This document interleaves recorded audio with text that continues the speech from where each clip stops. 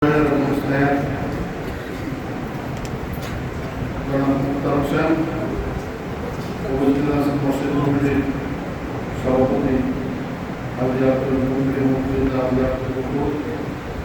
উপস্থিত আছেন সাধারণ সম্পাদক মোজাম্মেল হক,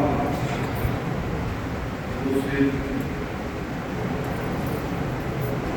মসজিদ কমিটির অন্যান্য সদস্যবৃন্দ, বাজার কমিটির সম্মানিত সভাপতি বড় ভাই, যিনি আমার চেয়ারম্যান ইলেকশনের প্রথম থেকে আমার সাথে বিভিন্নভাবে সহযোগিতা করছেন, খান, বাজার কমিটির সদস্যবৃন্দ, মসজিদ কমিটির সদস্যবৃন্দ, এখানে উপস্থিত আছেন আমাদের ওলামাদের নেতা মৌলানা মোহান, উপস্থিত আছেন আমার বাতিজা, সকলের কাছে পরিচিত হওয়ার জন্য আমি বলছি রাজন, আমার ভাই সাত্তার আছেন, কল্যাণী সাত্তারের সুযোগ্য সন্তান এখানে উপস্থিত আছেন। উপস্থিত সম্মানিত মুসলিমগণ, আসসালামু আলাইকুম ওয়া রাহমাতুল্লাহি ওয়া বারাকাতুহু। আপনারা এখানে যারা উপস্থিত আছেন, মুরব্বী, যুবক, সকলে আমরা মনে করি আমরা একটি পরিবারের লোক। আপনারা জানেন যে দীর্ঘদিন যাবৎ আমি সমাজের কাজ করার জন্য আমি আমার সাধ্য অনুযায়ী চেষ্টা করেছি। আমি আমেরিকা চলে গিয়েছিলাম, আমেরিকার থেকেও আমি চলে আসছিলাম আপনাদের সাথে থাকার জন্যই। আমি শিল্পবাসীর কাছে কৃতজ্ঞ এই কারণে, আমি যখন আমার প্রথম আমেরিকা থেকে বাংলাদেশে ফেরত আসি, তখন আমার অজান্তে, আমার সাথে কোনো ফোনে যোগাযোগ নাই, আমি জানি না, আমি একটি পয়সাও দিই না। আগের দিন রাত থেকে প্রায় 70 গাড়ি লোক এয়ারপোর্টে গেছে এবং সেখানে ওই এয়ারপোর্টের কর্মকর্তা কে আসছে সে সম্মান আমাকে তখন শিল্পবাসীর মধ্যে দিয়েছে। আপনাদের বোর্ডে আমি 2বার চেয়ারম্যান নির্বাচিত হয়েছি, আমি একবার উপজেলা নির্বাচন করেছি। সেই উপজেলা নির্বাচন 3টি সেন্টার বন্ধ করে আমাকে ফেল করে দেওয়া হয়েছে। আমার অনিচ্ছা সত্ত্বেও শ্রীপুর পৌরসভার প্রশাসক কমিটি নিয়োগ করা হয়েছিল। আমি তৎকালে আমাদের নেতা সাবেক মন্ত্রী আব্দুল মান্নান, আমি পায়ে ধরেছিলাম যে আমাকে দায়িত্ব দিবেন না, কারণ এই পৌরসভায় আমি ব্যক্তিগতভাবে সন্তুষ্ট না। এই কারণে শ্রীপুর কলেজ, শ্রীপুর হসপিটাল বাদ দিয়ে তাহলে আমার এলাকার এই বিধানগুলি আপনি পৌরসভা করবেন, এটা আমি মেনে নিতে পারি না। পায়ে ধরে আমাকে করবেন, যে কোনো কারণে আমি সেই কথা বলতে সমস্যা আছে। কারো খুশি করার জন্য আমার উপর দিয়ে কাজটা করা হয়েছিল। সেই কাজটার দায়িত্ব আমি 1 মাসও পাইনি, তাহলে আমি কোনো কাজই করতে পারিনি। এরপর আমি অনেকে বলে প্রথম পৌর প্রশাসক, আমি দীর্ঘদিন আপনাদের সেবায় আমি নিয়োজিত। আমি আমার সাধ্য অনুযায়ী চেষ্টা করেছি। আমার কাছে যখন যেই মানুষ যায়, কিছু পারি না পারি, অন্তত তার কথা শুনে সমাধান করার আমি চেষ্টা করি। 2008 সালে আমাদের নেত্রী রাষ্ট্রপতি বেগম খালেদা জিয়া আমাকে ডেকে নিয়ে আমাকে ধানের প্রতীকে আমার মনোনয়ন দিয়েছেন।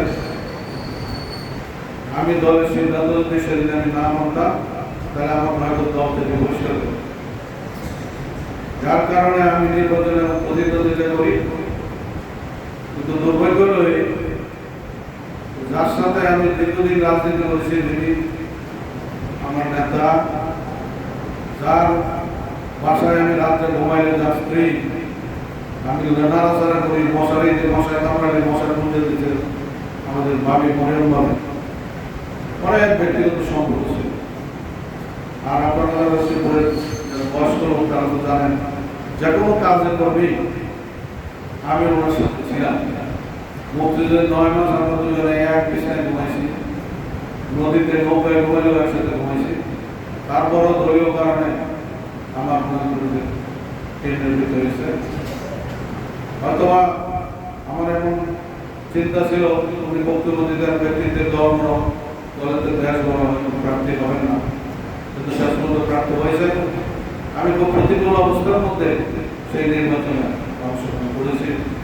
এরপর আমার উপর অনেক নির্যাতন গেছে, আমার বাড়িতে আগুন দেওয়া হয়েছে, আমার কান্দাপাড়া কামড়াবো, আমার 16টা গাড়ি পড়ছিল, মোটর সাইকেল উত্তর বাংলা আমাকে আটকায় মেরে ফেলতে বসছিল। তারপরও আপনাদের দোয়ায় আমি ঠিক আছে, এখন আল্লাহ আমাকে ঠিক আছে। 18 সালে আমি মনোনয়ন পাই নাই, কিন্তু আমি দলের পক্ষে নির্বাচন করছি। এবারও আপনারা এখানে অনেকেই, আমি যখন ডাকছি আপনারা বিভিন্ন সভায় আমার ডাকে গিয়েছেন, ঢাকা গিয়েছেন, টিকাগড় গিয়েছেন, সমস্ত ব্যাপারে আপনারা আমাকে সহযোগিতা করছেন। সর্বশেষ যে আমাদের নবনির্বাচিত মন্ত্রী, স্বাস্থ্য পরিকল্পনা মন্ত্রী সরকার সাকাতুল বকুলকে যে সম্বোধন দেওয়া হয়েছে, সেদিন আপনার হাজার হাজার লোক দাবি করেছেন যে আমাকে জেলা পরিষদের প্রশাসক করার জন্য। আমি আমার এই জেলার আমাদের শিবপুরের সংসদের মুদ্রণী সহায়ক প্রার্থনা আমি কৃতজ্ঞ। আমি কৃতজ্ঞ নরসিংদী জেলা তৃণমূল থেকে এখন জেলা পর্যায়ে বিএনপি সকলেই আমার ব্যাপারে অবগত ছিল। আর বিশেষ করে এই শিবপুরের যারা আলেম ওলামা আছেন, বিভিন্ন মসজিদের খতিব সাহেবগণ, ইমাম সাহেবগণ আছেন, মাদ্রাসার যারা পরিচালনা করেন, মাদ্রাসার প্রিন্সিপাল, মাদ্রাসার পরিচালক, কিন্তু সকলেই আমার জন্য দোয়া করেছেন। শিবপুরবাসী আমার জন্য দোয়া করেছেন। শেষ বয়সে আমি দলের জন্য আমার জীবন দিয়ে চেষ্টা করেছি। শেষ বয়সে আমার দল, বাংলাদেশের বর্তমান প্রধানমন্ত্রী, বিএনপি চেয়ারপারসন আমাকে মূল্যায়ন করেছে। সেই জন্য আমি আমার ব্যক্তিগত তরফ থেকে, জেলাবাসীর পক্ষ থেকে, শিবপুরবাসীর তরফ থেকে অনেক ধন্যবাদ এবং কৃতজ্ঞতা। আমি আপনাদেরকেও কৃতজ্ঞতা জানাই, ধন্যবাদ জানাই। আমি যখন যেভাবে আপনাদের কাজ দেখেছি, আপনারা আমার তাকে সাড়া দিয়েছেন। আমি চেয়ারম্যান তাকে দিলে নাও আপনারা আমাকে সহযোগিতা করেছেন। তবে আমি একটা জিনিস মেনে চলার চেষ্টা করেছি, কেউ যেন বলতে পারে না যে আমি তার সাথে খারাপ ব্যবহার করেছি। কোনো কাজে কর্মে আমি কোনো সুবিধা নিয়েছি, কারো কাছে 10টি টাকা নিয়ে কোনো কাজ করেছি, এটা যাতে বলতে না পারে। আজকে জেলার একটা বিরাট দায়িত্ব আমাকে দেওয়া হয়েছে, আমি আল্লাহর কাছে হাজার শুকর জানাচ্ছি। আপনারা দোয়া করবেন আমি যাতে এখন যাতে সকলের ভালো বেশি। গত 10-11 দিন যাবত আমি আজকে যেমন এখানে আপনারা মালা দিয়েছেন, তোরা দিয়ে বরণ করে দিয়েছেন, সমস্ত জেলা থেকে 10-11 দিন যাবত আমি সকাল থেকে আমি অফিসে, বিকালে এসে আমার শিবপুর হাই স্কুল মার্কেটের অফিসে ফুলের কোরআন নিতেছি। এবং আমি আজকে অনেকটা অসুস্থ, আমার 2-3 জনের দাওয়াত আছে, যাওয়ার মতো অবস্থা আমি নাই। আল্লাহর কাছে শুকর জানাই, আপনাদেরকে অনেক অনেক ধন্যবাদ এবং মোবারকবাদ জানাই। আপনারা দোয়া করবেন আমি যাতে সুস্থ থেকে শেষ জীবন পর্যন্ত আপনাদের সেবা করে যেতে পারি। আমি এই এলাকার সমস্ত জনগণ, সমস্ত আলেম ওলামা, আমার সমস্ত সহকর্মী যারা আমার সাথে রাজনীতি করেছেন, সকলকে কৃতজ্ঞতা জ্ঞাপন করবেন। আপনারা আপনাদের কাছে আমি দোয়া চাই যেন আমি শেষ সময় সুনামের সাথেই আমি শেষ নিঃশ্বাস ত্যাগ করতে পারি। আমার তো আর কিছু চাওয়া পাওয়া নাই, কারণ আমার ছেলেমেয়েরা তো দেশে থাকে না। কাজেই আপনারা যে আমার জন্য ত্যাগ করেছেন, দোয়া করেছেন, আমি সেই জন্য আপনাদের কাছে অনেক অনেক কৃতজ্ঞ। শেষ জীবনে আমার দল আমাকে সম্মানিত করেছে, আল্লাহ আমাকে আমার কাঙ্ক্ষিত পুরা কাঙ্ক্ষিত না হলেও আমি মোটামুটি একটা অবস্থানে এসেছি। সেই জন্য আপনারা কায়মনোবাক্যে দোয়া করবেন যাতে আমি শেষ পর্যন্ত আপনাদের সহযোগিতা করি।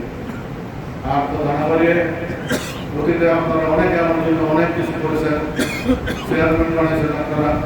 চেয়ারম্যানে আমার বাড়ি হলো সর্বশেষ বাড়ি কি জানেন, তারপরও আপনারা চেয়ারম্যান 2 বার নিয়ে করছেন।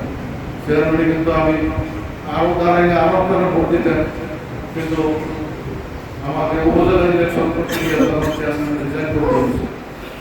যাই হোক, আর কথা না বলে নামাজের সময় অনেকক্ষণ গড়িয়ে গেছে। আপনারা আমাকে ব্যক্তিগত বলছিলেন, আমি যখন চেয়ারম্যান ছিলাম তখনও ওই সমাজে কিছু মাদক সেবন করত, খুব দায়িত্বশীল লোক মাদক সেবন করত। কিছু কিছু দায়িত্বশীল জুয়া খেলতো, এখানে এই করে ওই করে। এমনও দেখা গেছে যে অনেক মুরব্বী মানুষ খেলতো, আমি যখন যাইতাম তারা দৌড়ে পালাই যেত। এমন শহীদ চলে গেছে, এই যে একটা কথা বলে যা কে গেছে এটা আমি বলতে চাই না। অনেকে সহ যে রাত্রে 10টা বাজে আমি শিবপুরে আছে কিনা, আমি বাস স্ট্যান্ড আছে কিনা, কারণ আমি বাস স্ট্যান্ড থাকলে তারা এই কাজটা করবে না, আমি গেলে পরে করবে। তো বর্তমানে আমাদের সরকার কি বলছে, আমরা নাম মাদকের বিরুদ্ধে আমাদের জিরো টলারেন্স, সন্ত্রাসের বিরুদ্ধে আমাদের জিরো টলারেন্স, সাদাবাদের বিরুদ্ধে জিরো টলারেন্স। যারা ব্যবসা করেন তারা নিশ্চয়ই আমার সাথে একমত হবেন। আমাদের মতো নেতৃত্ব আছে বলেই এই শিবপুরের বাজারে কারণ 10 টাকা চাঁদা দেওয়া দিতে হচ্ছে না বলে। আর অন্য জায়গায় কিন্তু এরকম অনেকে দোকানদারি ছেড়ে দিয়ে চলে গেছে চাঁদা দিতে। এখন যেহেতু আল্লাহ আপনাদের দোয়ায় আমার কিছু করার জন্য ক্ষমতা দিয়েছে, আমি আমার সাধ্য অনুযায়ী আমার জীবন দিয়ে আমি চেষ্টা করবো এই মাদক নিয়ন্ত্রণ করার জন্য, এই কিশোরকে নিয়ন্ত্রণ করার জন্য। যদি কেউ মাদকের জন্য ধরা পড়ে আমার কাছে কোনো সুপারিশ যেমন আমি করার জন্য এই কিশোরকে যারা মারামারি করে, সিকিউরিটি ঘুরে, চাপা দিয়ে ঘুরে, এরকম করে থাকলে আমার কাছে গেলে আমি কিন্তু কোনো সুপারিশ করবো না। যত খাতিরের মানুষেও মসজিদের ইমাম সাহেব গিয়াসুদ্দিন গায়ে কেউই কিন্তু আমার নিতে পারবে না, কারণ আপনারা আমার চরিত্র সম্পর্কে জানেন এবং একটি লোক বলতে পারবেন না যে আমি এরকম কোনো কারোর সাথে সহযোগিতা করছি। ছোটবেলা থেকে আমি সংগ্রাম করছি, সংগ্রামী ছিলাম। এখন আমরা যেহেতু আমাদের একটু সুযোগ দিয়েছে, এই ধরনের কাজ যারা করে, আজকে সকালবেলা আমাদের গ্রাম বরবাড়িতে দিলাগের একটা লোক আছেন আমার সমাবেশ, আমার বলতে হয় ভাইয়ের তোমার যদি কিছু দেখে আমার করতাম, এরা কিছু মারা গেছে। তার স্ত্রী আজকে সকালবেলা মনে আসছে, তার একটা মেয়ে যে সাইকেল দৌড়ায়, তার ছেলে তার উপরে এমন অত্যাচার, 10 লাখ টাকা দিতে চুরি করে।